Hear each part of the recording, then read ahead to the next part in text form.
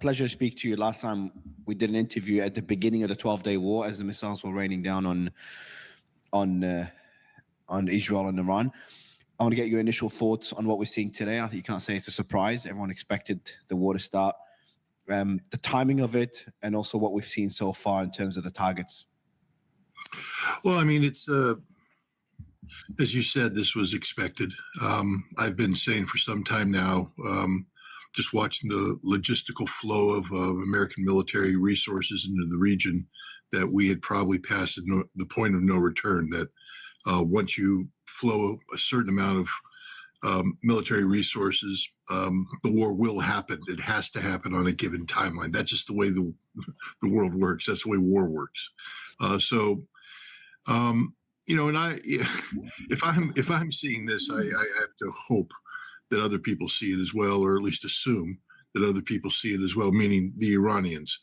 But once again, the United States and Israel have carried out a illegal war of aggression. And I don't care where you stand on this issue. You can be as anti-Iranian as you want to be.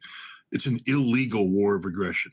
International law does matter to everybody except Donald Trump, and there's no legal justification. Neither Israel nor the United States actually have tried to articulate a cognizable claim under international law. This is just pure, naked aggression, premised on a lie, by the way.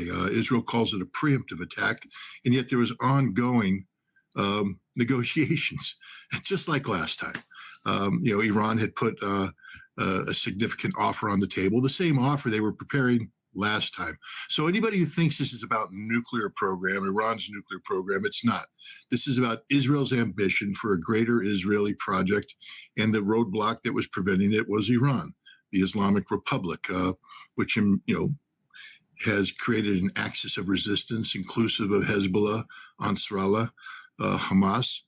And Israel has determined that the only way that it can resolve these regional problems is by eliminating the regime. And now they have a compliant government in the United States that's willing to, again, sacrifice everything we claim to stand for as Americans, a nation, founded on the principles of law, the rule of law, international law. Remind all the warmongering cheerleaders out there that the United Nations Charter is still considered to be a lawful legal document that's in place. The United States hasn't withdrawn from it.